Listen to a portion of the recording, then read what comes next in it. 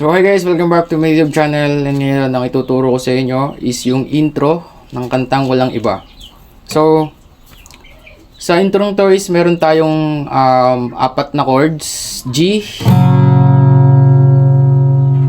B major, B minor, sorry, and yung C add 9, tapos D. Yan lang guys yung kailangan nating chords sa intro. Is paano yung plucking nya guys? Ganito lang. Naka-G kayo pero tatanggalin nyo muna to. Yan. Kulbit to. Kulbit. Tapos tong fourth string, third string, tap. Tapos kulbit ulit. Fourth string, third string, hammer naman to. Pag kulbit nyo ng pangalawang beses, naka-hammer na to. Yan. Paano ulit yun?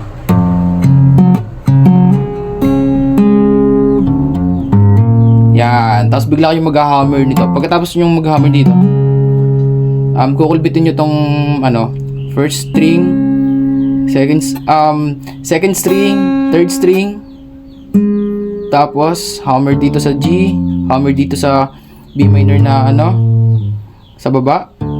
Tawagin to. Yan. So paano yun? Ito ba, ulitin natin.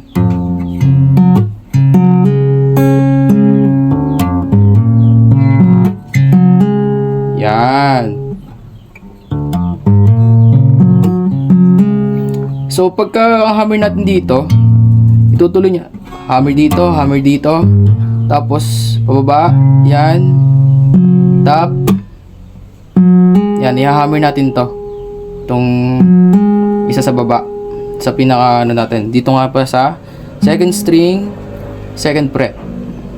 Ay, third string, second fret pala, sorry. Yan. So ulit-ulit natin para hindi kayo malito. G, hammer, hammer, tuloy-tuloy na pagbaba ng string hanggang third string. Tapos kulbit tong fourth string, third string, pero yung pag sa third string na is i-hammer nyo na. Yan. Yan. Tapos kulbit tong sabay. Pagka-hammer nyo, kulbitin nyo to na sabay tong second string tsaka third string. Pagkakulbit nyo ng ganito sabay, tapos isasama nyo naman tong isa sa pangalawang kulbit, isama nyo na to. Yan, paano ngayon? Yan, dalawang sabay, tapos sabay ito tatlo. Yan. Yung parang i-mute nyo ha pagkatapos. Yan. Tapos pupunta kayo sa C add 9.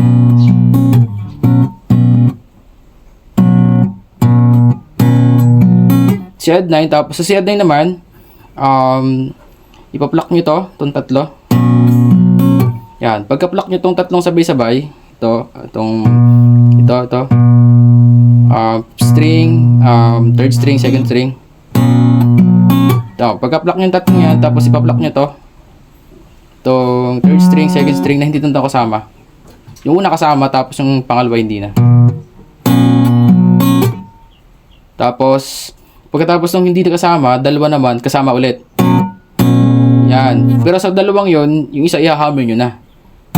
Di ba? Wala pa doon sa unang sabay-sabay na tatlo. Yan. So, paano yun? Dito, simulan natin dito.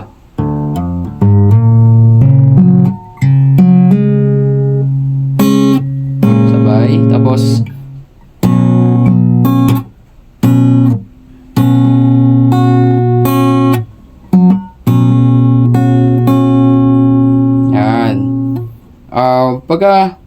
pagka na ano na yun, kapag na-pluck nyo na yun, yan, ikukulbitin nyo naman to, itong first string tsaka second string, tapos bigla kayo magdidi.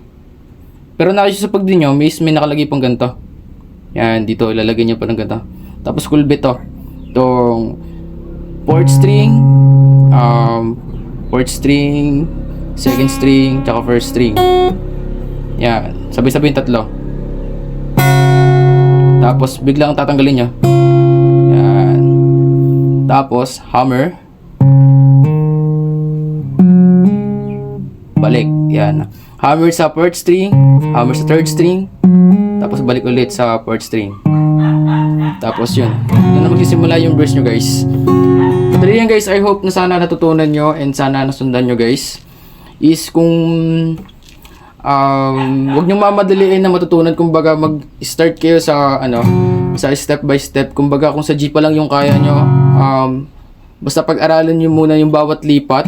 Ganyan. Wag nyo mamadaliin. Okay lang na medyo matagalan kayo. Kasi yun lang yung sikreto eh. Para matuto kayo. Wag kayong magmamadali. Kasi pag nagmadali kayo, lalo lang kayong magtatagal matuto. So guys, huwag nyo pa rin kakalimutang i-subscribe and hit the notification bell for more videos. And good luck. Sana nasundan nyo guys.